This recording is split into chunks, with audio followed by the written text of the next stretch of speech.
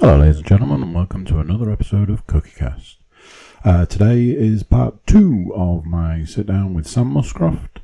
Like I said on part 1, we had a natural break, so we refueled and did what we needed to, and then we came back to do the second part of this.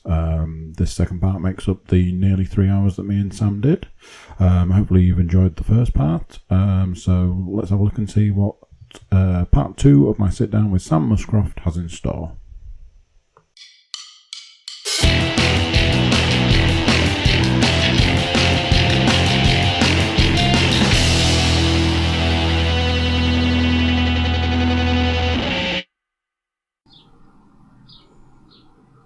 And we're back.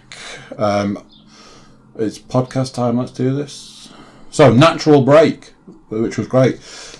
Sam, how are you doing? It's a while. It's been a while. Yeah, it's been a while. I mean, the Wii I had was fantastic, by the way. So, if you had to review the Wii, what sort of score structure would you use? 1 out of 10 sort of thing? I don't feel an out of 10 is ever really a useful scale, just because it basically goes 10, 9, 8, 7, shit. Thus removing the low point of the scale anyway.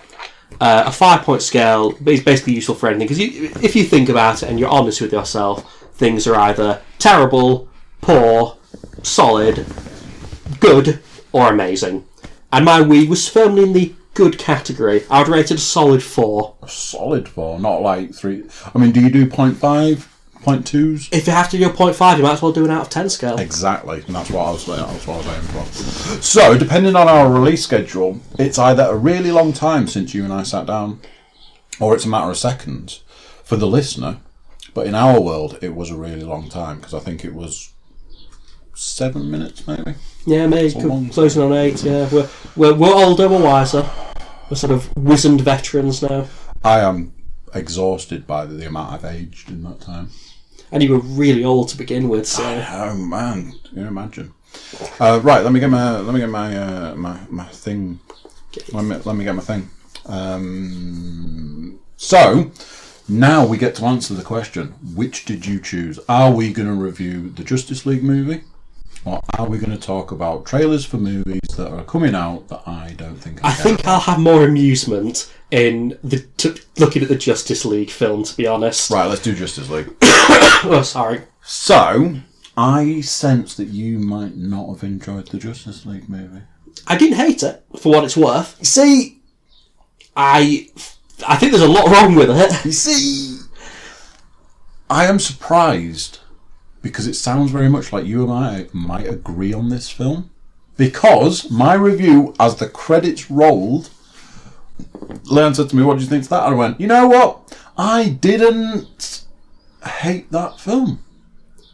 It's not a complete train wreck. Now, here it is. There's a lot wrong with that film, and I'm never going to take that away. There is a lot wrong with that film. Mostly the editing. But I was just about to come on to that. When you have 2 films and you're trying to smash those 2 films together... You've got 2 films by 2 directors with very, very different styles. Exactly.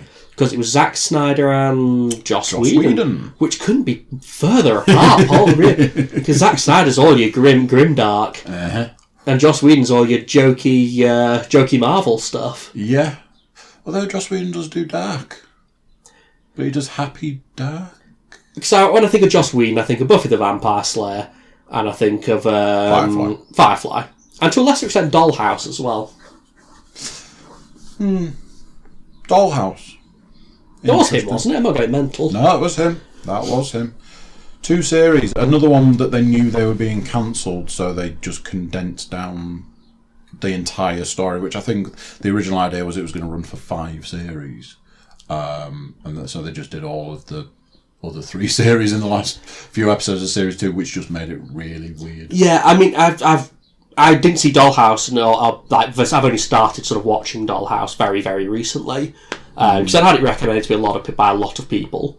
It's not... I was expecting to go in as I was expecting the full Joss Whedon... Because Joss Whedon, he likes girls who are not wearing shoes. I was expecting more of that than I got. He's not too bad. He was fairly restrained on that. Yeah, another one that I don't ever think that it reached its full potential purely because it wasn't given the opportunity. I think that's fair, but from what I've seen so far, it's been pretty solid. I'm just now trying to think whether I ruined it for you, but I don't think it did. No, it's fine. Right, okay. I know about all the issues it had during its release. Because if you think about it, Joss Whedon is quite highly regarded in, let's just say Hollywood and leave it there. But if you look at his career, are we going to bring up? How many things has he had cancelled in his life? Can we bring up his finest work, which is the writing credits for Alien Resurrection? Can't believe you went there. Yeah. Alien Resurrection is a great film. I don't know what you're talking about. It's a bit irredeemable, but as I've said many times before, it's a great example of casting. Casting in that movie is brilliant. Like, all the people that they cast for all those roles are great. Ron Perlman in it. Ron Perlman, straight off the bat. If you put Ron Perlman in anything, it's going to make it instantly 13% better. I mean, he saved Police Academy 7, Mission to Moscow for me. Blade 2. He was in Blade 2. Was he? Yeah. Wow. I can remember Cat from Red Dwarf. Yep. Him and Cat were on the same team. And he hated Blade. I think he was a bad guy towards the back end. I think he turned... Anyway, not important. Justice League. Yeah. We're sort of somewhat on target because, we're still talking about Joss Whedon and all of his... Well, no, it is fair because we're talking about his directing style, which, as you say, he can do serious. Yeah. But he tends to more jokey style. He generally avoids the tonal whiplash that comes from trying to do too many things at once, or trying to, which is something, unfortunately, that Justice League does not have, and the tonal whiplash is so severe in that film. I wondered if it wasn't going to sever its empty head entirely. So, I'm trying to condense that because essentially you're trying to review this film. I'm trying to condense down my review of this film to give like a review blast, and then you can Sure, go for it. I reviewed in a bar Justice League to somebody who had watched half of it and turned it off. So you're already on the back foot. So here was my review. I said that I was a huge fan of the animated DC stuff. Well, I think we both are. Justice League Unlimited. The original Justice League is amazing. Yeah. Unlimited isn't quite so good. It was just too busy. They just brought in. They went from 7 characters to 90, and they lost because most of the episodes in the original Justice League were like 2 or 3 episode, and it really gave the stories time to breathe. Yeah. Whereas in Unlimited, they were mostly one shots. And it felt a little bit empty. I loved those. I loved Batman animated series. Sure. Teen Titans original stuff. Did you ever watch Batman? It was Batman Beyond in this country. No, it's called Batman of the Future in this country. And Batman Beyond in America. Also great. Really, really well done. Great series. I imagine anybody that's listening to this is either going to know exactly what we're talking about or have no freaking clue what we're going on about. I think Batman of the Future, because I know some of the costumes from Batman of the Future have turned up in the Arkham games, so people might know from there, maybe. So I was a huge fan of those. And I know that DC have tried to follow in more recently the vein of the Marvel stuff by going, well, you work on the animated stuff. DC's animated stuff is fantastic, and they have a really good market. I don't know how the films have ended up the way they have when the animated stuff is so well done. Exactly. So they're now doing what Marvel did, and they're starting to move people over. So I'm pretty sure Jim Lee is now up there quite high on the DC DC movie roster.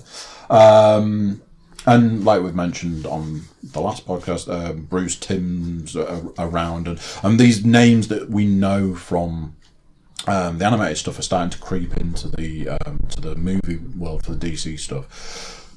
What Justice League felt like to me was a live-action version of a Justice League animated episode that was badly edited. Maybe. So, and this isn't... spoiler alert, Superman's in the Justice League film, because I can't imagine That's anybody not a knows spoiler, that. is it? They tried to make it a spoiler. They tried to make it... Bear in mind that simultaneously... Wasn't he in the trailers? On the posters. He wasn't in the trailers, but he was on the posters. When I went in, I went in having seen none of the promotional material, I assumed that he was in it. So they've tried to do a series of different stories from the comics and the things like that and smash them all together to make one film. There is a scene where... I don't want to ruin anything. There's a scene where Superman is fighting the Justice League. Is that fair to say? Yeah, that does happen. So it's Superman versus the Justice League. I don't know if it's even a spoiler, really. I think we can comfortably give a reason as to why. The basic thing is, Superman comes back and his memory's gone, basically, and they have a big Barney. He doesn't know what's going on, and the Justice League are essentially... I'm not sure that even counts as a spoiler, really. It's not enough of a spoiler to be... They're trying to restrain him. Yeah. So, they're all holding on to Superman, Wonder Woman, Cyborg, Batman, Aquaman are all holding him. And the Flash is running round the outside. So, it's in super slow-mo because the Flash runs really fast and all this. And it's this subtle reminder that although Superman is super strong, he's got heat vision, freeze breath, that cellophane S. I've noticed that's not come back. That's not been back, has it? It's only the original film that has that, isn't it? One of the things that Superman also has is super speed. So the Flash is super fast. Superman is also super fast. And it's, for me, the thing about that entire film is where he's holding all of the Justice League and the Flash is running around the outside. Everything's super slow-mo, and then Superman just turns and looks at the Flash. There's some great moments in the film. And whilst I watched that film for the first time, I was like, that's brilliant. I really like that.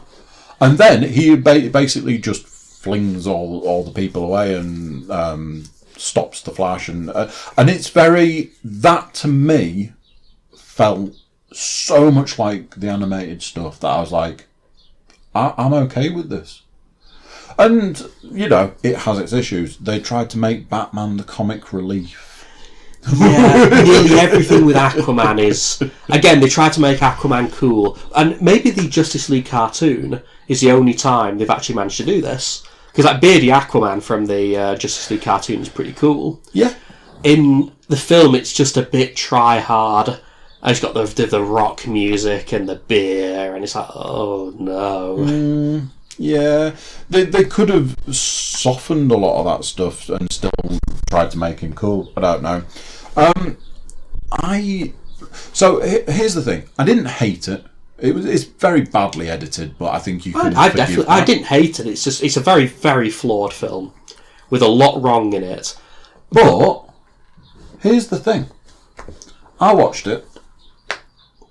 And I've seen it again. I watched it again because I wanted to. Because I was like, not like that film was shit, but let me watch it again to make sure it was shit. It was, I quite liked it. I want to watch it again. And I watched it again and I enjoyed it. I'm not sure I'd ever need to see it again. Out of the DC film, which do you reckon is the best of the DC films then? The new ones. Green Lantern, obviously. Is that in the same universe? Technically. Oh god. Well, let's assume that one doesn't count. Okay.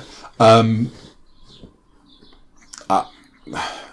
are we classing it? Are we talking Nolan Batman, or are we talking? No, we're talking the new DCU. So what? So post Man of Steel. So Man of Steel, Batman vs Superman, Wonder Woman, and Justice League. Yes. Is that all there is? Yeah. I think it is, isn't it? I think so. I'm going to say Justice League. So I reckon Wonder Woman was the best out of those ones. I didn't really rate Wonder Woman. I thought it was pretty decent. I thought I felt about Wonder Woman like I felt about Black Panther. There's some politics surrounding it. Exactly.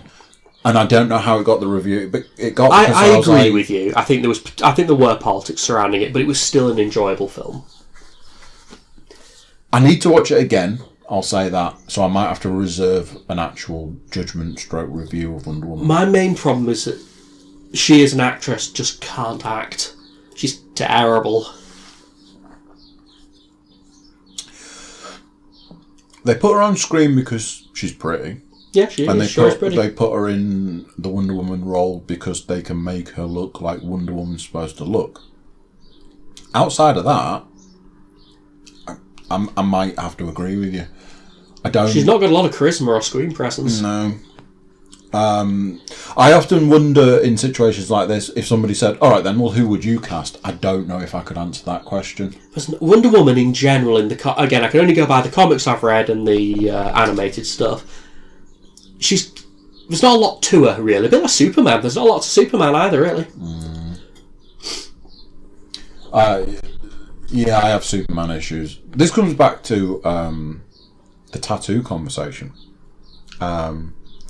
So, my body is broken down into sections as far as tattoos are concerned. I have a series of sections that are anime based. I have a series of sections that are comic book based, and other such things. I've got game sections and stuff like that. So my right leg, the front of my right leg is dedicated to You're like Marvel. a tattoo Voltron. Yeah, basically. So I've got Marvel heroes on my right leg. I've got some DC stuff going on the left leg. So, if somebody said to me, if somebody put a gun, I was thinking about this getting out of the shower earlier. If somebody put a gun to my head and said, DC or Marvel, my answer would be DC. I would also say DC. I've always been a bigger DC fan. So here's the next part of it. If somebody then said, alright, so which are your favourite DC characters? I'd go, Batman. Yeah. That's that, really. I like Batman. There are so many DC characters that... Basically what I'm saying is, Superman. I always had a thing where I was like, yeah, Superman's alright, but he's not a favourite character or anything. And I always felt he was overpowered. He is, and I'm going to come in as the Superman Defence Force here. Superman can be done well and can be done interestingly. And the only way to make Superman cool is to never ever try and challenge Superman on his own terms. Don't make a guy who's bigger and stronger than Superman. Superman's weakness has never been him. Superman's weakness is all the rest of the things. Yeah. So it's Superman, the world of cardboard. Basically, Superman is invulnerable, but the world he lives on isn't. The people he loves aren't. And the people he tries to protect aren't. So that's why we can make Superman interesting. And because Superman is all very, his morality is very rigid, and that's both his appeal and what you can do to make it interesting. So it's just like sometimes if you give Superman an ethical dilemma, and that's when it becomes interesting for a while. There is a great episode of the Justice League where the bad guy of that episode is a guy who can go into dreams. I want to say Dream Master because it sounds like it could be. It's going to be a name, isn't it? It's going to be his name, isn't it? It's no Calendar Man. Clock King. And he gives all of the members of the Justice League nightmares. And basically Batman's the hero of that episode because Batman is used to not sleeping. So there's a point where he pulls up at a coffee shop in the Batmobile. He's like, give me 2,000 shots of espresso in a cup sort of thing because he's trying to stay awake. Superman's nightmare in that episode is that he can't control his powers. So there's a bit where he's sat at a restaurant with Lois Lane and his heat vision blasts through the menu and sets it on fire. So he has to then keep his eyes closed. And he's like really, really, really big. He's like super oversized. He's massive. And there's a point where he gives Jimmy a hug and basically snaps his back and kills him. And his nightmare is that he can't control his powers because he's the most powerful being, presumably, in the universe. But like you say, it's the cardboard universe. The world he lives in isn't invulnerable. The people he associates with aren't invulnerable. And that's his biggest fear. That at some point he can't control his power and he ends up killing everybody and destroying the world. There are plenty of ways you can give Superman ethical dilemmas as well. And I think Superman works much better as an ensemble character. I think apart from Batman, I think a lot of the characters work better as ensemble characters. Which is why Justice League works, I think. One of the aspects I loved about the animated stuff was this whole thing that the Flash is the heart. The character of the Flash is the heart of the Justice League, which is why they do a storyline where the Flash is killed. So the Flash dies, which there's nothing there to stop the Justice League being the bad guys. So I think the story is that Lex has killed the Flash, so Superman...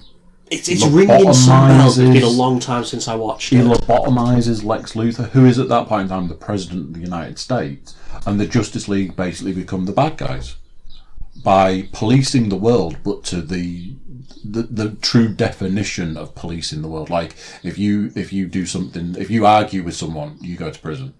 You know, if you have an argument in the street, the police turn up, they arrest you, you go to prison.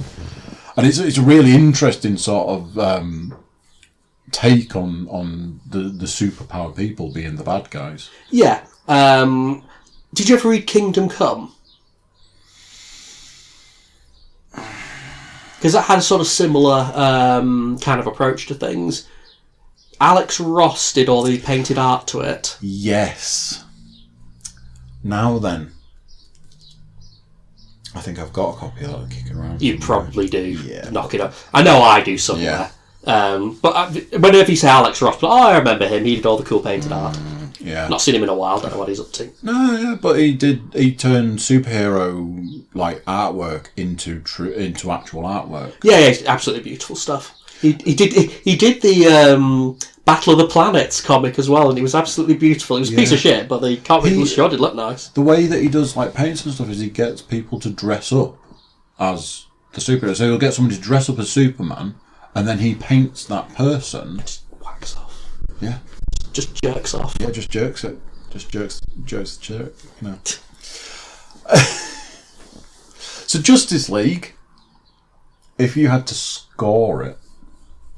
It is a classic 3 out of 5 film. The scoring system that I tend to use is the scoring system works on a bell curve. Most things will fall in that 3 out of 5 category, where it's solid but unremarkable, or very interesting but flawed in some way. Because I always make a joke that one of my favourite video games is Nier. But I can't, in good conscience, say that it's a good video game. It's just an incredibly interesting one. So I always say, Nier, one of my favourite games, 3 out of 5. And that's kind of how I feel about Justice League in some ways. It's got some really interesting ideas, but the execution is just all over the place. I've always used an out of 10 scale, but I'm now starting to see what you mean by anything below 5 or 6. It's just shit. Yeah. And 2 generally is something that wasn't great, and 1 is an absolute travesty. I'm going to stick with if I had to review the Justice League, it's like 7.5.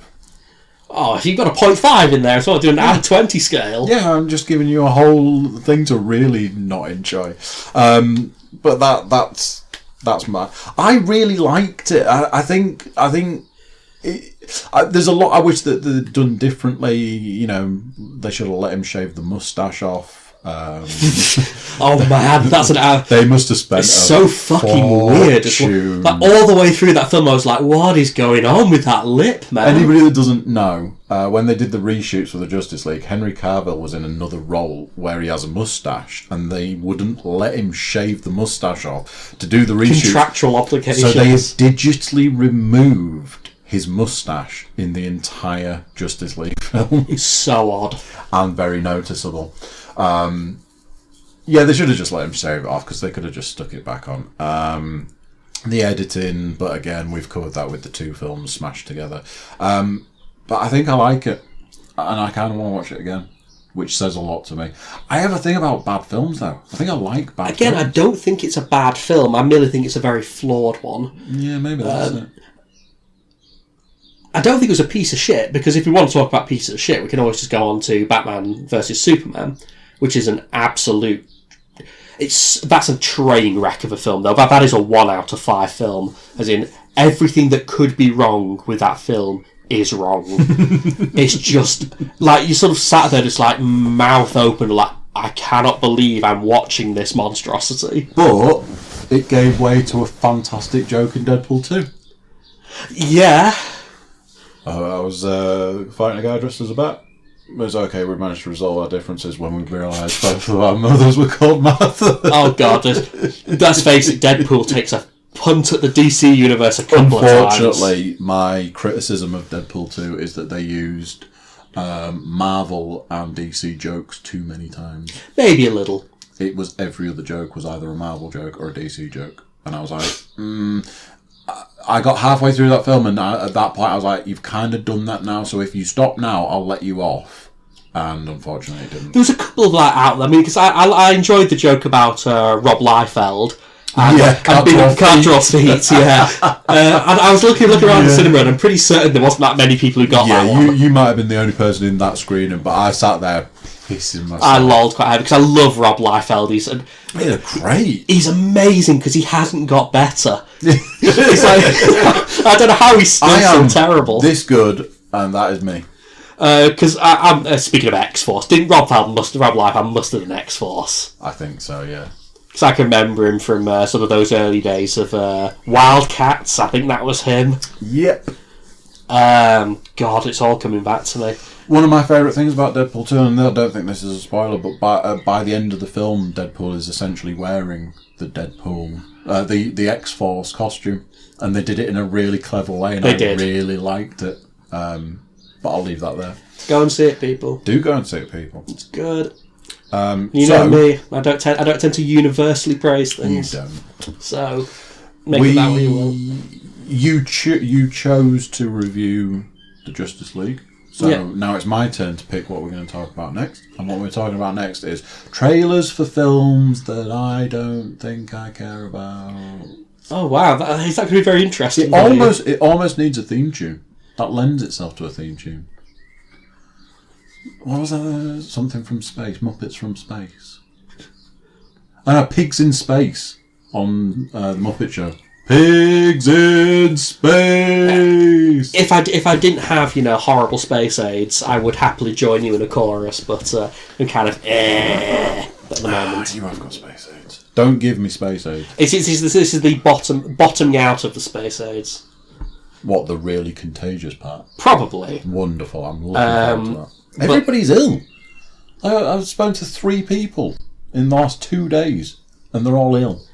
Maybe it's the beginning of the end. Maybe this is it. Zombie apocalypse. I really hope that if we have an apocalypse, we don't have a zombie one. It's so passé and it's so dumb. So last year. I could even go for a good, honest nuclear apocalypse. I mean, it's classic. Yeah. It's the black of apocalypses. It never goes out of fashion. Let's face it. Most nuclear apocalypse result in zombie apocalypse. I guess. Yeah. I mean, if I had to choose, I'd like Alien Invasion. It's always a good shout, and Mars Attacks or Independence Day. A Mars Attacks, please. I want them as 50s as possible. Those aliens. I need the rubber suits. I need the lot. Yeah.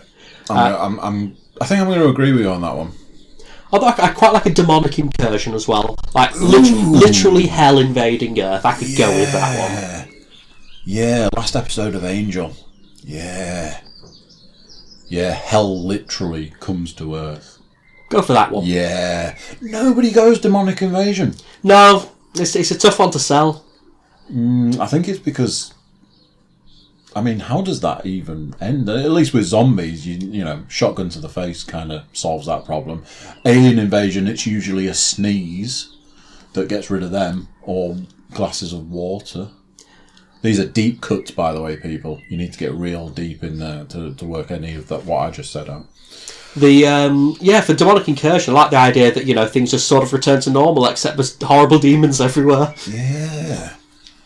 No, I might have to get on board with that. I'll have to check my weapon stockpile to see if I've got anything demon-based. They've got good old holy water and silver crossbows. That's vampires. I'm sure it works on demons too. Yeah, anything holy. Yeah. Okay, I'm going to cast my vote. I want demons. Yeah, let's demonic incursion. Demonic incursion. Let's cast our vote for that, and let's hope the gods are listening. Right. I'm going to say this now. I don't care about Jurassic Park. What? So here's how this breaks down. But I thought we were friends. Jurassic Park. Yes, I saw Jurassic Park 6 times at the cinema. I think I saw it at least 3 or 4, but I was like, I think I was 8 when it came out, so I was the perfect age for dinosaurs. Yeah. And do you know why I saw it 6 times at the cinema? Because it's the business. Because there was a little part of me that wanted to work out if they used real dinosaurs. That's how much I believed in that movie. God damn, it looks so good still as well. Jurassic Park, I saw a thing a few years ago that said that Jurassic Park was a jump in technology. Well, considering it was, 1992? We might have got it in 93 in the UK. And it brought animatronics back in a big way. The CG, considering its age, looks really, really good. That film is phenomenal. The soundtrack's brilliant. I used to own the soundtrack. It's so well paced as well. Such a good film. Samuel L. Jackson's in Jurassic Park. He is, as the programmer guy. He gets eaten. Do you remember that? Until someone says Samuel L. Jackson's in that film, you go, no. It's like when we were there when we were discussing how Harrison Ford is in Apocalypse Now, and no one ever remembers that either. Yeah, there's just certain roles in certain films that you have to be remembered. Lawrence Fishburne is in Apocalypse Now as well. He's like 12 or something. Yeah.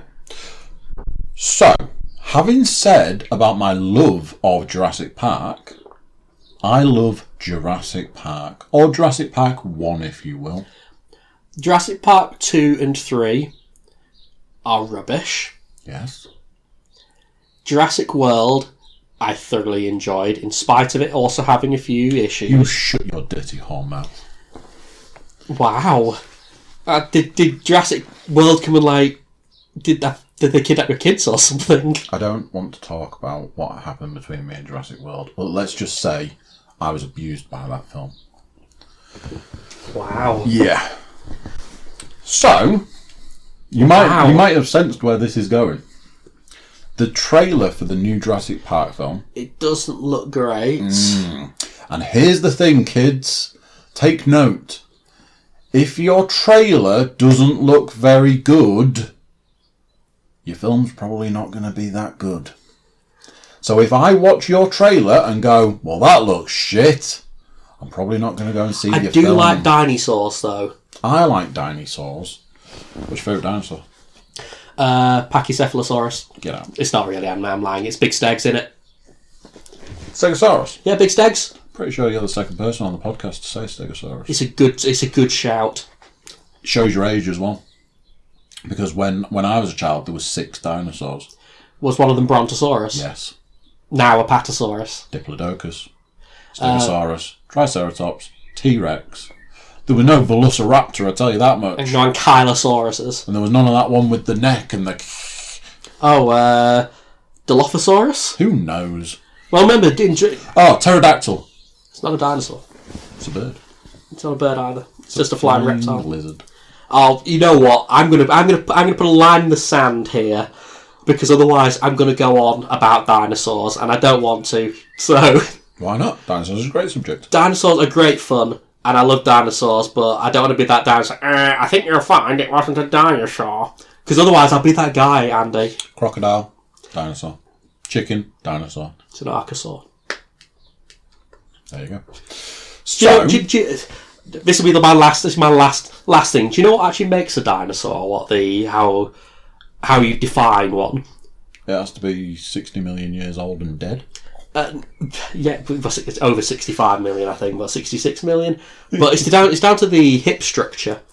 Dinosaurs have got a very particular hip structure. They've got straight legs, which is extremely unusual for reptiles. So if you think about a crocodile, it's got split legs, or even like a pteranodon, pterodactyl. They didn't have like that particular hip structure. Which is why your plesiosaurs and the like don't count as well. I'm going to end it there before I start going off on one. So, I was very interested, quite frankly. I think we've got our next podcast. Sam talks about dinosaurs. Sam talks about dinosaurs for 8 hours. it'll be the first 4-part podcast. No toilet breaks for anyone. Right, has everybody got their catheters inserted? Let's crack on. Volume 1, A to Advarchosaurus. I saw a trailer for what are we calling this one? Jurassic Nobody Cares. What is it called? I think it's just Jurassic World. Some subtitle. Let's find out. Magic of the internet. Right.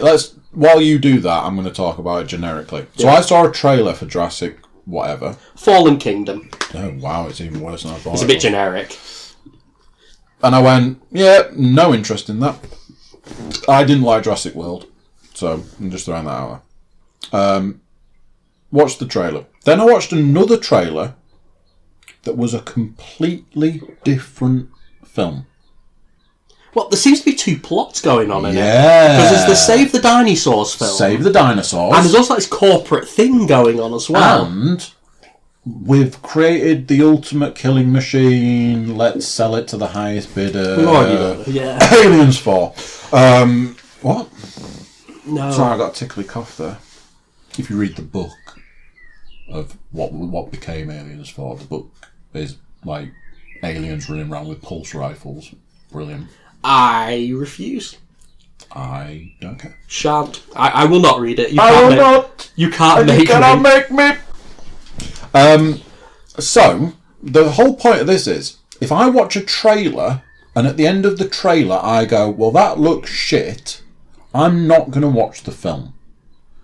And I said that about Jurassic, who cares, whatever it is. Fallen Kingdom. World Kingdom. Yeah. Dinosaur. Dinosaurs and a volcano. So, and other people have said to me, oh, it looks great, oh, it looks really good, it looks good fun. We won't want fun in a film. What kind of monsters are we? But that's just somebody's way of saying it looks shit, but I still think that you should go and see it. It looks fun. Fun is a reasonable thing to say. You know, I can enjoy a film that's just big and stupid, big stupid fun. Rubbish. Rubbish! Wow, sound like my dad. So the statement, if I watch your trailer and at the end of it I go, well, that looks shit, then I'm not going to watch your film, brings me nicely onto the film that I saw a trailer for. Then I went to the cinema and watched the same trailer and out loud said, well, that looks shit, in the cinema. And that is Predator. Wait, they're remaking Predator?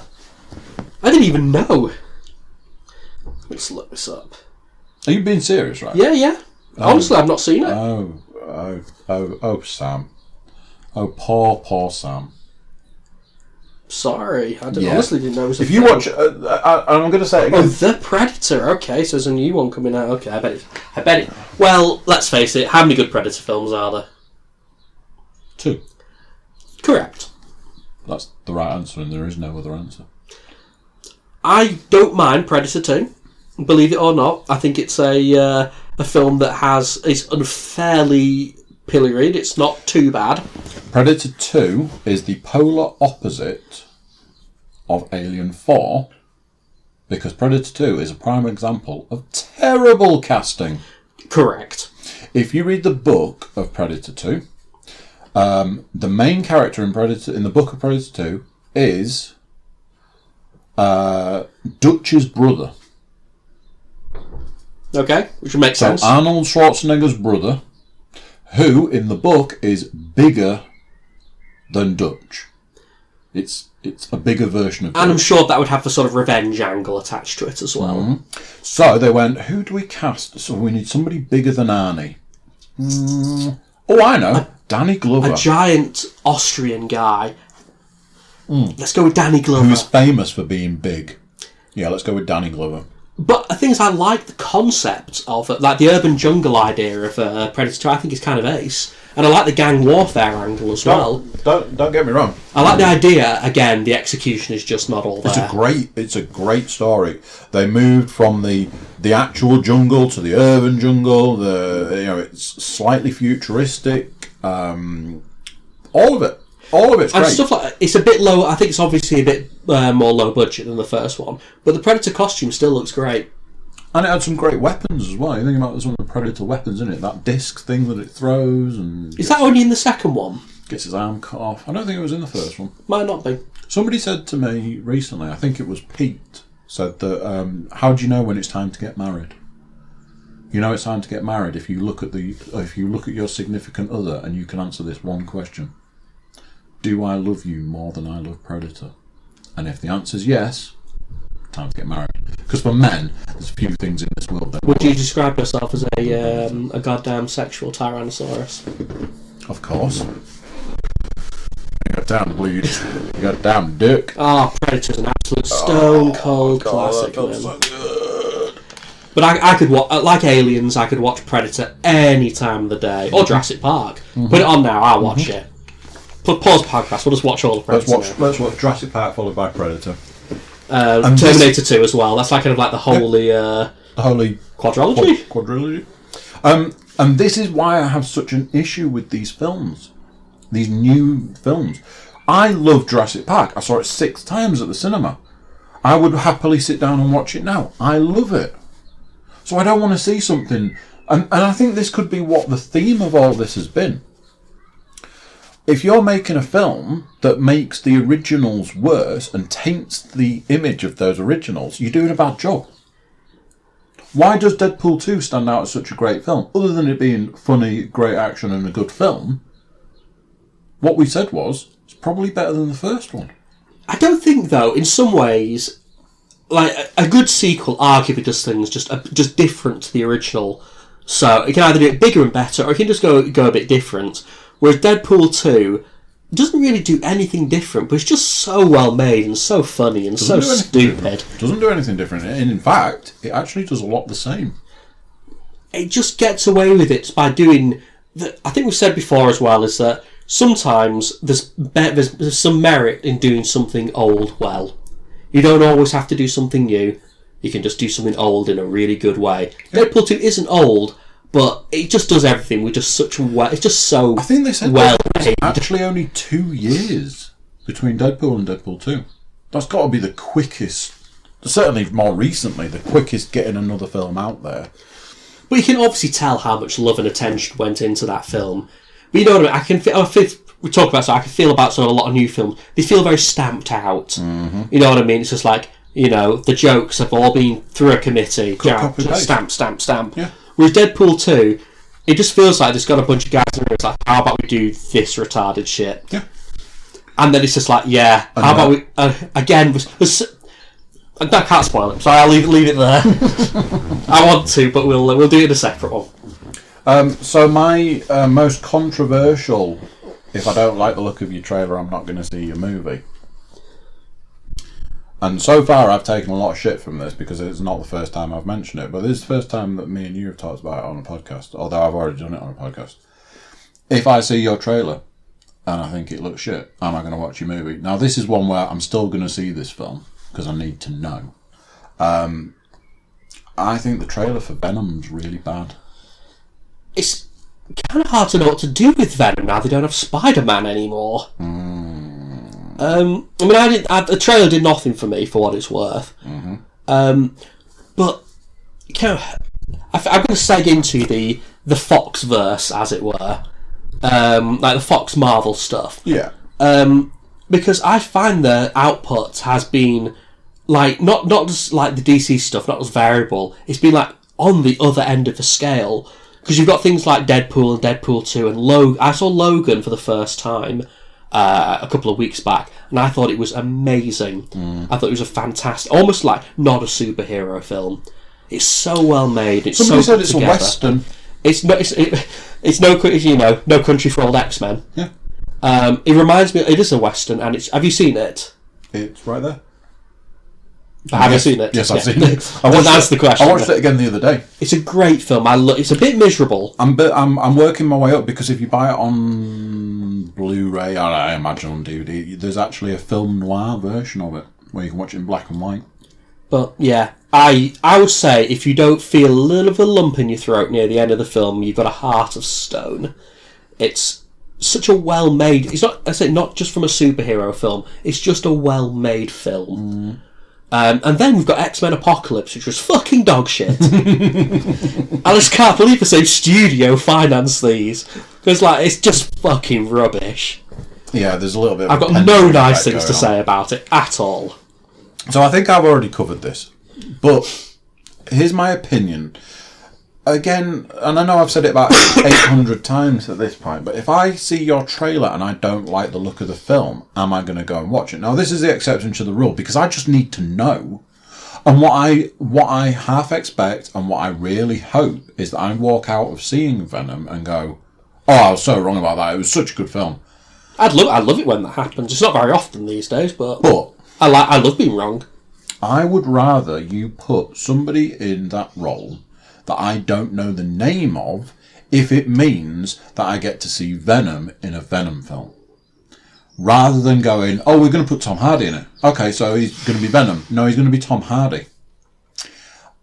I know what Tom Hardy looks like. I don't need to see him through that entire film. Yeah, he's a popular actor, I understand. If they'd have called it Eddie Brock, the movie, I'd allow it. But it's not called Eddie Brock, the movie, it's called Venom. So why, in the bit where they show he can do this, he can do that, he can do the other, it's just Tom Hardy? It still seems so bizarre to me, because Venom to me is so linked with Spider-Man that how do you separate them? Because in the last several years, he has truly become his own character. I admit I know almost nothing about Venom beyond... I've got a book down there. The Venom. It's a Venom book. It's a Venom story. Spider-Man's nowhere to be seen. The only real Marvel stuff, comic book wise, I'm super familiar with is the Ultimates universe, which is possibly, again, I don't want to sort of veer off on its own thing. But the reason that we talk about pet comics being kind of impenetrable to newcomers, the Ultimates universe was designed to get around that, as in this was a completely new universe. Yeah. And eventually, of course, that got too bloated and completely impenetrable as well, so they axed it. Yeah. But Venom was in that, and he felt again, very linked to Spider-Man. Yeah, I mean, for me, because I'm a big Venom fan. I have a Venom tattoo. Let's leave it there. I don't do the Venom Spider-Man link. To me, Venom is his own character. You know what? You know more about it than me, then. I was reading the new Venom stuff as each issue came out. I don't buy comics anymore, but I do read them. There are sites on the internet where you can just read comics. I know, Marvel have got their subscription service, don't they? That you can do. There are sites out there that it's I want to read a comic book. I don't want to pay for it. I'm not doing it legally. It's just a website that you read the comic. Venom originally came from Black Suit Spider-Man, didn't it? So Venom is... I've got a comic called Secret Wars from back in the day. I think maybe one of the first comics I ever bought, where all the superheroes are transported to a planet. Yeah. And they've got to battle out with a load of supervillains. It was all a toy crossover, and that's where Spider-Man gets his black suit. So originally... Now then, which version shall we go with? So, you know J. Jonah Jameson? Yeah. His son is an astronaut. Right. So, J. Jonah Jameson Jr. is an astronaut. He goes off into space. They do a mission in space, and they return. And it's either they return with a rock, that inside the rock is the symbiote, or the symbiote attaches itself to the shuttle and it returns to Earth, and essentially it's just this black goo that's the symbiote. At points like this, I imagine somebody out there listening going, wow, you are so wrong. But this is the version that I have in my head. And the black goo then attaches itself to Spider-Man, and that is then the black-suited Spider-Man. But the symbiote feeds off the host, makes you a bad guy, basically. But the stuff I've seen recently, the symbiote comes from a planet of symbiotes, and there's some mention of that they sent the symbiote to see a psychiatrist and they cured him of being a bad guy. So where does Carnage fall in all of this then? Carnage is Venom's son. Okay. So again, a couple of different versions, but basically like part of Venom breaks off and attaches itself to somebody else, but the person it attaches itself to is a serial killer, and that then becomes Good job. Carnage. And then there's other versions where there's multiple Venom Carnage offshoots. There's one, I'm sure it gets horribly confusing. Yeah, there's one called Anti-Venom. There's Agent Venom, which is where they've managed to tame the symbiote and they've turned it into like a suit of armour for a super soldier. And he goes running around shooting people, doing like secret agent stuff, but every now and then the symbiote freaks out and he turns into proper Venom and does Venom stuff. As with every comic, lots of different versions of the story. And this is where something becomes quite impenetrable and really tough for newcomers too. Because I get the feeling that even though like comics are like probably at their most popular they've ever been, actual comics probably aren't all that popular still. It's weird, isn't it, to think that the biggest movies out there are superhero movies, yet the comic book world probably isn't as... it's probably its height, but still probably isn't all that it's not grown by anywhere near as much as you might expect it would have. No. I don't know whether we're going to have a superhero crash. We don't seem to. We seem to be just motoring on. It's been 10 years. Yeah, just keep plodding on. I've said many times I really liked the original idea that Marvel had before they were taken over by Disney, which was we will do so many and then we will stop. And then Disney went, yeah, that doesn't really fit in with our business model. We will do so many until nobody is watching anymore. It's a shame because it means that all of these big things inevitably go out on a whimper. Yeah. It's true of most things. TV series rarely end on a high. They end on a, they have to either have to quickly wrap things up because they've been cancelled, or they just kind of peter out and just stop. Yeah, it is very much, and I think that says a lot about the way the world is at the moment, that we will flog a dead horse until it's more dead, or we'll give it mouth to mouth, bring it back, and then flog it some more. This is not the nice thing is when TV shows or anime or whatever is based on a pre-existing, very set, like set of books or whatever. Yeah, Walking Dead. Yeah, The Walking Dead, but shows like, sort of moving on to anime, but Full Metal Alchemist was a good example of something where the original one, where the manga wasn't finished. And the original Full Metal Alchemist series is kind of a mess, really. And then you get Brotherhood later on, where it was finished, and it's so much better. And they obviously they obviously paced themselves. Yeah. I mean, me and anime have a long history, as you do as well. It's the original Full Metal Alchemist has a special place in my heart because, to me, that's all there was at that time. It was Full Metal Alchemist. You watched It's got some great moments. Great. It does have a little bit of filler. It's got a fucking shit ton of filler. Just a little bit. There's just a smidge absolute boatload of filler. That's my biggest issue with the series. And the story is what it is, and it was only for me. I had that natural progression. There was a few years later, a mate of mine was like, that they're not re-releasing, but that they're releasing Full Metal Alchemist again, and I was like, right, okay, and then it was like, as it was meant to be, and I was like, all right. It was like, yeah, basically they're just going to do the manga as it should have been done. Yeah, it's like Hellsing Ultimate, where it made the previous series of it almost obsolete. Yeah. So now, if I'm going to sit down and go, I'm going to watch Full Metal Alchemist, am I really going to put the original series on? I think the original is almost pointless. I don't think it needs to exist. No. So Brotherhood is so much better. There's no point. Which, I feel that there's a little bit of a shame there. I'm a bit like, it's sad. But I'm still going to put Brotherhood on. Yeah. Is that all the trailers that you hated? No, but we could. But again, I'm not sure I've seen that, because a lot of the trailers I've seen at the cinema recently have all been for films that are kind of already out. So it's kind of bizarre to go to watch Deadpool 2 and get a trailer for Infinity War. It's it's already out, man. Yeah, we could talk about others. Very little jumps out at me these days. I struggle with a lot of stuff. I think I'm going through a strange sort of transition between everything just looks bad to me. You know what looks really good? It's just a little while back, this trailer, but I know me and you had this discussion. What do you think of the really excellent looking Battle Angel Alita trailer? And that's reminded me the one thing that I didn't write on the list, because I was like, oh, I'll ask Sam about that, and then didn't write it down, and so luckily you actually came up with it. What the fuck, man? I think you and I both had that conversation very early on when it was Battle Angel, because that was the next one to do.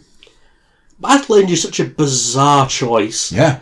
Because how long has it been since Battle Angel's heyday, if it ever really had one? It's early 90s, the original Viz manga of it. Yep. And it wasn't a big thing even then. It's just so bizarre. They've just re-released the original in a really lovely hardcover version of it, but it's been out of print for about 15 years. Yeah. It's so bizarre. It's about as relevant as I don't know.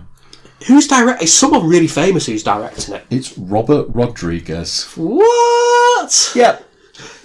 You know, for all that stuff that he's really well known for, he's now jumped onto the let's do a live action anime. Rodriguez, it was Desperado, wasn't it? Yeah. What? Yeah. Did he do Dusk Till Dawn? Yeah. Just literally, you're just like, wow, okay. So you've picked a really random anime and then you've thrown a really well-known director at it. I mean, it could be cool, but the trailer makes it look decidedly not cool. Yeah. I don't even know what to say about it. Maybe it was off the back of the Ghost in the Shell remake. Let's not talk about that. I mean, let's not. It was terrible, but I don't think it even performed particularly well either. No, it didn't. No. I have so many issues with that film that I can't even begin to go into. Again, so as to not go off on one. I would love to do a breakdown with you at some point of that film. Because I think I mentioned on that I'm a massive fan of the original Ghost in the Shell film, and the new one loses nearly everything that made that film great. I was looking at a T-shirt the other day. This shows, to me it shows a lot. I don't know if it shows a lot to other people, but to me it does. I was looking at a T-shirt the other day and I was like, I'm going to have to buy that T-shirt. It was a Ghost in the Shell T-shirt done in the Tank Girl style. Nice. And it was called Tachikoma Girl. You know how many people listening will know what the fuck Tank Girl is? Exactly. I was like, oh, it combines two amazing things and it turns. Do you remember the live action Tank Girl film? Yeah. It's great. Love that film. Jesus. Yeah. I've not watched it in years, so I can't comment. I'm sure it's aged really well. It's a film that you can watch one day and go, that film's really good, and you can watch it the next day and go, that film was awful. It's weird. It feels like mid-90s maybe it came out. Yeah. Sci-Fi Channel Just special. gonna say Ice-T and leave it there. Yeah. Again, this is deep cuts, people. 89% of the people listening right now are going, What the don't know what fuck you're is talking Tank about. Girl? What's Tank Girl? Look up Tank Girl, people. It's of its time. It's stuff.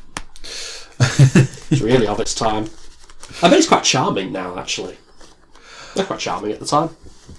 One of the things that you sent me as something you wanted to talk about was something that you wanted. It was like a question. It was like, you had said new anime series that I might have seen that I might want to recommend.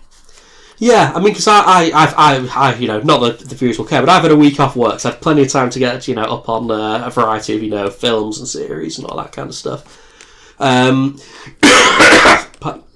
It's dying here. Don't worry.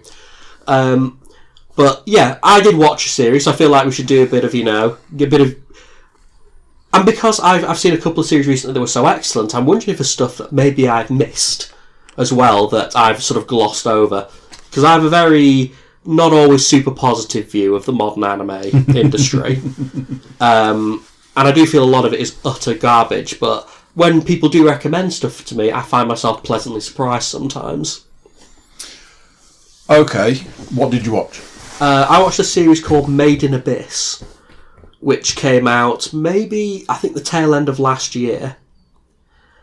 Okay. The basic concept is that there's a world, and in the centre of this world is a massive chasm going all the way down, and no one can see into this chasm, and the rest of the world, most of it appears to be sort of water, so most people are sort of surrounding this thing, and people feel drawn to go down to it.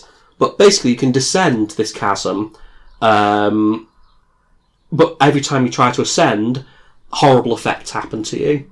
So if you ascend from a certain depth, you might feel really sick from the first bit. By the time we get down to the second layer, the effects get more extreme. By the time we get down to the fourth layer, you're bleeding from every orifice. Oh. And every of these layers have their own thing. So, and the story surrounds this, you know, a little girl who's a trainee cave explorer. We're called, you know, abyss, you know, they're called cave explorers, I think, cave divers, who want to go into this abyss. And she, well, while she's doing a little cave dive, she finds a little robot boy. Okay. And this little robot boy is basically all but invulnerable. And they make friends, and they go, and they basically, it details the descent down into the depths, because she's looking for her mother. She gets a mysterious letter from the bottom of the abyss. And so she decides to go to the bottom of the abyss to see what's going on. It reminds me a lot of, because we were talking about Full Metal Alchemist, and this is what it reminded me of. Okay. But it's got a lot, you know, the real horrible body horror aspects of Full Metal Alchemist. You know, the dog episodes. That's all of all of this series. Wow. It's what it does is the first few episodes are really super twee and introduce you. So later on, it can kick you in the face. But it's so well made and so well executed. Oh, it's one of those, is it? But it's not something you see in modern anime. I do have my problems with it. My main problem with this, and this may be a deal breaker to you, is the character designs. And they're a bit Japanese, if you know what I mean. They're very young characters, and they're not always shown in a way, and they're shown in a way that is a bit at times. You can get over it, but it still makes... I still don't like it. So if that sort of thing is a deal breaker, it's not too bad. It's not like really sort of in your face, but it can be sometimes. It can be a little bit. Yeah, can we not? Right. Okay. But overall, I would say it's a great show, and it's really nice. It's really dark, and it's not something you see a lot in sort of modern anime. So it reminds me of Full Metal Alchemist, and it reminds me of things like Escaflowne. It's definitely got a real sort of dark turn to it. It's sort of a fantasy adventure, sort of going further into the depths of this chasm, where everything gets more and more fucked up as they go down there. It's only one season. It's only 13 episodes. Oh, I like stuff like that. I'm really into contained things. This is obviously going to be continuation. It doesn't finish there, right. But it's a nice little self-contained thing. By the time you get sort of episode 9 or 10, and things sort of started to go really wrong, and it started like it had me hooked. I watched it all in a day, and I don't usually do that with stuff. Right. Okay. So yeah, good show, and I'd really recommend it. It certainly sounds interesting. You've piqued my interest. I have a feeling that it's because it was fairly recent. I have a feeling this might be a Netflixer at some point. I know it's getting dubbed. Right. Okay. So Funimation have got it. So I think it's just waiting for it to go onto one of the many streaming services. Okay. I had to sort of rack my brains, because me and new anime don't. I very rarely get on too well. Me neither. And like I said, it's very, very rare for me to. I find there's like one every 5 years that really, really grabs me. Because the last one that really I absolutely adored was Madoka Magica, which has always been described to me, and I've always described it pretty good at, is basically the Evangelion of magical girl series. It's great. It's really, really, really well done. Again, it starts off very twee, and then it starts off. It's basically, in the same way that Evangelion is kind of, what would happen if we put 14-year-olds in a giant robot suit? Yeah. And it's like, oh, actually, this would go terrible for everyone. Yeah, and it's it would end really badly. And that's kind of like, what would happen if we gave magical powers to, 12, 13-year-old girls? And I feel like this sounds like it's going to be skeevy. It's not. It has no fan service in it whatsoever. One of its best aspects is it's got a really lovely art style, but it doesn't. Unless you find frilly dresses and the like offensive. But again, it's part of the appeal before it all goes wrong, and it all goes really wrong in Madoka.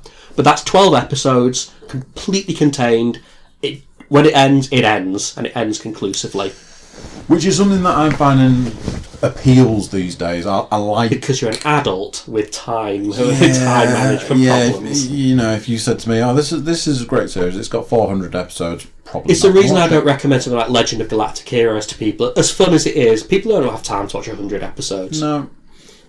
But that brings me nicely on to something, because when I was like, okay, so what have I watched recently? It's been a bit of a mixture of stuff. You and I both watched Castlevania. It's not an anime because it doesn't have any Japanese staff in it, but it is great. Yeah, it's written by it's a famous British comic guy. I can't remember his name. I want to say Mark Miller, but it's not Mark Miller. Yeah. It'll come back to me. Well, yeah. Castlevania. I mean, I'm tired. At this point, I'm talking about the animated stuff I've watched recently. I think I've. Yeah, we don't have to stick with Japan. I think I've talked about Big Mouth. That's quite fun. That's a Netflix one. Another one on Netflix that I've seen recently that I've only watched a couple of episodes of, and you just, when you go, I'm not sure if it's good compared to utter batshit crazy. I don't even know how to say it. Agketsuko. It doesn't sound familiar, but it maybe might do if you describe it. It's a red panda that works. I have watched this. It's great. It's coming back to me. It works in an office. Oh, I love it. I can't believe I didn't remember its name. She is tortured by working in an office. It's absolute belter. Her way of getting around this and her outlet is death metal. It's death metal, yeah. Did you ever see Detroit Metal City? Yeah. It reminds me quite a lot of Detroit Metal City. I can't believe I didn't remember its name. As soon as you mentioned it, I was like, I've watched it all. I remember it. Shit. Crazy. Yeah, it's like 10-minute silly little episodes of basically. It's kind of like almost if Japan did The Office weirdly, and it's basically a salary lady dealing with daily life, and she goes to karaoke and does death metal. Karaoke and does death metal. I thought it was great. When she has a bad day, when she's in the middle of the day, she goes into the bathroom and just sings a load of death metal. I don't know if you've watched in either English or Japanese, but the English dub is really great. The English dub is really nice. Just bonkers, crazy bonkers. I have seen it, and it was great. I watched that all in a day because one of my friends recommended it to me. Now then, I think, have we spoken? Right, okay, rather than trying to work out, I'll just say, Attack on Titan. I believe we talked about it briefly. Have you seen it? Yeah. Have you seen both series? I've only seen the first maybe 7 or 8 episodes of it. I've done...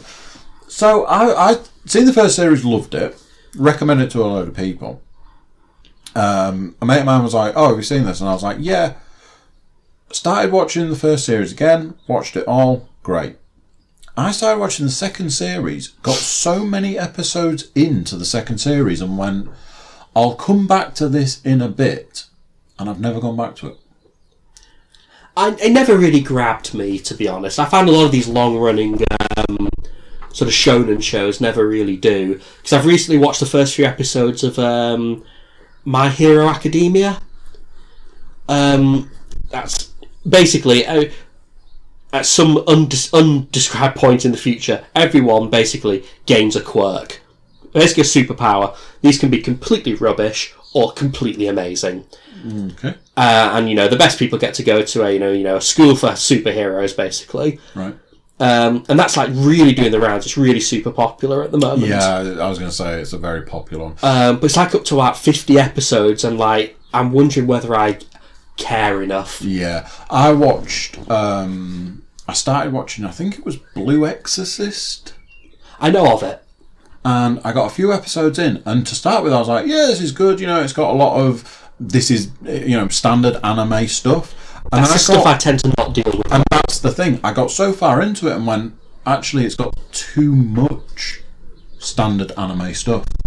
And in the end, I went, I don't think I need to watch this, and stop watching it. You've probably seen it before. Yeah, is the thing. You've seen it before in many other guises. Yeah. So a lot of my favourite stuff is stuff that is aimed at an older audience. Made in Abyss is definitely aimed at an older audience. Which, if I have to sell it to you, the manga was explicitly aimed at it would be called seinen, which is an older male audience. So in terms of its tone and its feel, it's definitely not for kids. Because I found a lot of the anime that's not for kids is mostly just gory, but it's still kind of childish. Which is fair enough. I finished... Because when I was rewatching Attack on Titan, I was watching it on Netflix whilst I was in the gym on either the treadmill or the bike. And it finished. So I was like, I need something else. Scrolling through. I was like, something anime is good enough for when you're on the treadmill. Don't have to pay too much attention. It's good if it's got subtitles. And I stumbled across what could be one of the most classic animes. Something that was recommended to me by a friend many years ago, and I watched it. And it started out as a series, and you get so far through, and it's very samey. And then as you start coming out towards the back end, it completely changes. Which some of those older animes did. They tried to give you this is what our series is, but it's not how it's going to end. Yes, I mean, this was especially when you had higher episode counts. Yeah. Because, remember, 26 episodes used to be very much the standard back in the day. And even 52 or 54. Yeah. But nowadays, it's unusual for a series to go beyond 13. Yeah. So I started rewatching Trigun. Trigun is a belting series, but the first 2 episodes are worthless. Yeah. The manga, because I own all of the manga, the manga starts at episode 3 or 4 of Trigun. When the series actually starts, it's not just got Vash the Stampede having wacky hijinks for 2 episodes. Yeah. Yeah, it was a series that because a mate of mine who was big into the anime just raved about it, and I started watching it and was like, I don't know why he's gone on about this being the best anime and stuff. And I was like watching it, and then it, like I say, it changes so far through, and you're like, wow, this is completely It's worth noting that different. The manga wasn't finished at the time, so the ending of the series is very, very different to the ending of the manga.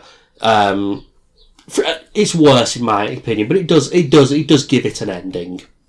Yeah. A great series. Again, we've got an adult main character. A really cool little universe. Very much that late 90s. And, I've described before that late 90s being very, very sort of dear to me. And when we got a lot of really experimental and out there anime. Which allows me to segue into another one that I've been watching recently. This is a rewatch called Now and Then, Here and There. I am laughing for a reason. Why? I don't want to spoil it. My intention is to do something at the back end of this podcast, which is something I've been talking about for a while. In preparation for this new segment, I was on the internet before I came to collect you to do the podcast to try and do some research. And that anime came up in my research. I kind of adore Now and Then, Here and There. It's not for the faint of heart. I'll say that. It's very, but it's I'll start again of what the basic concept is. Now and Then, Here and There is ostensibly it's a, hero is whisked off to a new universe, like El Hazard or Escaflowne or Fushigi Yugi, or it was a very big thing in the 90s. Tenchi Muyo, he's not whisked away into a new universe. He's taken to space. That's a new universe. I suppose. But then they return to Earth. And it starts with basically a kid. He's playing kendo. It's got the standard first episode of just getting to know the people, and he finds a mysterious child sat on top of a smokestack. So he goes up to see what's going on, and then a big blue light appears. Mechanical snakes, people riding mechanical snakes, appear, and they get whisked off to this new world, and this new world is the worst. There's this big sort of flying fortress thing that's grounded. The whole world is basically a complete shithole. The basic idea, it's hard to describe because it's so unusual. The basic idea is it deals with child soldiers. So they go to this new place. It's called Hollywood, which is a bit of a funny name. And the man in charge of this grounded flying fortress is basically a madman. He's running out of soldiers. He's running out of resources. He's running out of everything. So he's having to conscript anyone in the area, and this includes children. And he conscripts children because they're easier to control. They're easier to, and people are less willing to shoot them. The director, whose name escapes me, was very sort of horrified by the goings on in Rwanda at the time. So it deals with a lot of those themes. Right. It's been sort of described as being sort of compared to the likes of things like Grave of the Fireflies. But by the end of episode 2 and 3, we've already had child hangings. We've already had. Child soldiers, and this isn't explicit, but it's very, very heavily implied. Basically the male children get to become soldiers. The girls have a worse fate awaits them. Yeah, probably don't need to guess what that is. It's really grim, but it's really, really, really good. It's hard. It's really hard watching. But I kind of love it, and I would love it if anyone else in the whole world but me had seen it. But it was never a big show, and it's never getting a Blu-ray release or anything. Right, okay. But it's very much like late 90s because something like that, the idea of something like that being made now, it just wouldn't be. Yeah. But yeah, a bit of I possibly didn't describe it well, but I hope I've at least vaguely sold it to someone. Okay. You might have sold it to me. I might have a little go on that. So I've teased it all the way through. Mm-hmm. I'm going to talk about my new podcast segment, which I've been talking about with various different people for quite a while now. And today we're going to give it a test drive and see if it works, because it might not. Okay. We do quizzes. Tuesday night quiz. We go to various different places as it is now and do quizzes. And I think each of us has said that our specialist subject would be something completely useless. Yours is often similar to mine, as in if you need anime from a certain point in time, or music, a certain genre of music from a certain. I'm more anime. My music is less good these days, but. So I said that I wanted to do a podcast game show where I'd get two podcast guests who have been on previously, to go head to head with a specific subject. Like I'd get Paul to come on and do a football thing or a wrestling thing or something like that, versus somebody else who might have a similar knowledge. Problem being is, in our group, there's not many people that have similar knowledge. It's sort of where you're pulling people from. Oh wow! Is that if you go to a workplace, you're going to find a lot of people from a different walks of life, different interests and stuff. So that can make things possibly a bit difficult. So I was going to try and do this thing. I'd looked at this thing earlier, which was anime from the 90s quiz, and the only way I could find to do it was to do it on the internet. So I found this really good one, and I was like, and the quiz was, is this an anime from the 90s? And it shows you a still. So I was like, that's one thing that we could do, because I think I can find it. The other one was, I did heavy metal music quiz, which I produced one of the options would be that I would read you 2 song titles and you have to name the band. Right. So, I don't know how well it would podcast if you and I sit on the internet and do an anime quiz to see if you could name it. So we might have to do the music one. I'd be less good at that one, but I can give it a try. Let's see, shall we? Yeah, I mean, I'm less. I used to be really into my metal, but I feel like my knowledge is somewhat waned these days. So that tells me what level to go with. So I'm going to turn the laptop like this, so you can't see the screen, and I'm going to reveal my other document. So I'm thinking I'm going to ask you 5 questions. Do it, and I'm going to see how well you do, and then you'll get a score at the end, and then you will be the first of the quiz people on the podcast. So I'm going to start you with an easy one. Okay. I'm going to name 2 song titles, and I want you to tell me the band, and It's going to be an easy one. So, Master of Puppets. Metallica. There we go. So you get the idea. Yeah. So okay. Easy peasy. All right then. So, number 2. No More Tears. It's Ozzy Osbourne. And Over the Mountain. Definitely Ozzy Osbourne. Okay. Both great songs as well. Maybe I need to go a little bit harder. What about The Trooper? Iron Maiden. Okay. I'm gonna tweak the difficulty ever so slightly. Thunder Kiss 65 and More Human Than Human. Is this Wasp? No. Oh, it sounds like it could have been Wasp. The correct answer was White Zombie. Oh, bit out of my remix. Okay, that's the 90s. We'll bring it back a little. That's the 90s. Let's go with Art of Shredding.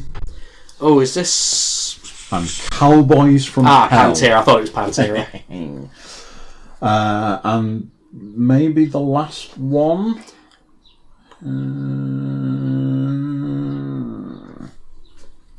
Wicked World.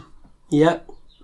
The Mob Rules. Oh God. I know the Mob Rules. Who is it? You tell me. I don't know. You have to. Black Sabbath. Wow, I should have known that one. Not that big a Sabbath fan, but I still should have known it. So what was that? 3 out of 5? Yeah, not brilliant, but 3 out of 5 is not bad. It's a good start. It's a good start.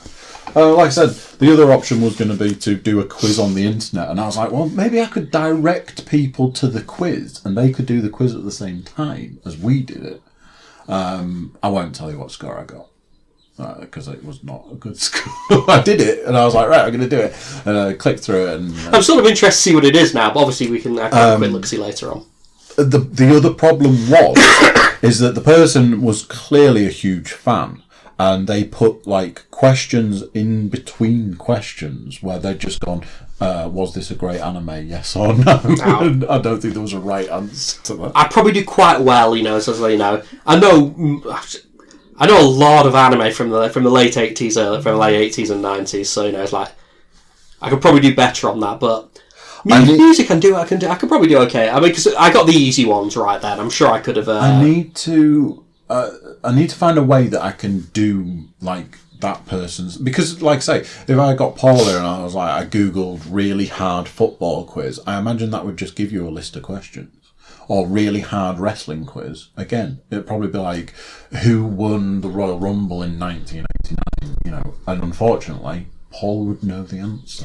That's because he's got he's got autistic superpowers when it comes to football. Let me I try not to use the keyboard when I'm doing a podcast because I know that the clicking of the keys. However, there you go. It's right there. Is this anime from the 90s? It gives you a list of rules to start with. There's like a load of rules and like that. And then, like I say, there's like the first question is this the right answer? Is this the wrong answer? All three answers are right. And it's just because it's laying down the rules. And it's like, okay, and, you know... Again, tough to podcast, but I might have a look at it once we're done. So, yeah, I'll need to find... Because if you Google anime quiz, the first one that came up was name these theme tunes to 90s anime, which I was like, I imagine that Sam could do that. Unfortunately, for copyright reasons, I won't be able to play any of the music, so I'd have to give you with like headphones or something and go right, and then nobody would know what we were doing. It's a really tricky one to do. It is tough. I mean, like I said, I think you're doing the right thing. You want to start with school standard questions on there. So I think the music one, I did that earlier, and again, I won't tell you the score I got on that because it was appalling. Because I like song titles, I'm like, I don't know, what track is it on that album? You know, it's track number 7. There, I could have told you what track number it was, but the actual answer. But yeah, I think it's notable the two I got wrong were from the 90s and the 70s, respectively. So, and then my 90s metal is not very good unless it's from the early period of the 90s, before things went bad. I had a series of other things that I was going to ask you. However, looking at how long this one's run for, I'm just saying we're on to an hour and a half. A two-parter that's going to be nearly I think we can. 3 hours. Shall we knock it on the head here? I think we'll pull the ripcord now, and then what we might do is work on the principle that we've already got the next, or certainly the start of the next one in the bag, and we'll just go from there. Cool. So cool beans. As always, thank you very much for coming. And again, please do come back because we do knock out a hell of a podcast. Not in content, just in time. Yeah, I'm sure for people listening, it's almost interminable. They just at least all of our one podcast listener will be definitely asleep right now. Yeah. And that's our goal. Really, we're just here to help people with insomnia get to sleep. Like ASMR. Don't look that up. So, thank you very much for coming. Thank you for doing the podcast again. Thanks for having me. Or, depending if we just bin that other one for the first time. I think we're better off, to be honest. I think we've covered a lot. I think we've covered a lot of it again, to be honest. Podcast reboot already. Yeah. Wow. Right, thank you. Thank you very much. Do come again. Thank you. Bye-bye. So there you go. What do you think to that? Sam Muscroft. Great guest. Like I said on the first part, I would say it would be good to have Sam back on again, but Sam's done a few podcasts now, yet unreleased. Hopefully get those released in the next few days, couple of weeks. Great time. Good guest. Hopefully we'll be able to keep getting Sam back on for more fun in the future. As always, it's time for me to tell you to get yourself over to thecookiecast.com. The usual Twitter, Facebook, email request. Give us a shout. Tell us what you think. Shortest version right there. But yeah, until next time, I hope you'll join us for another episode of Cookiecast. But until then, bye-bye.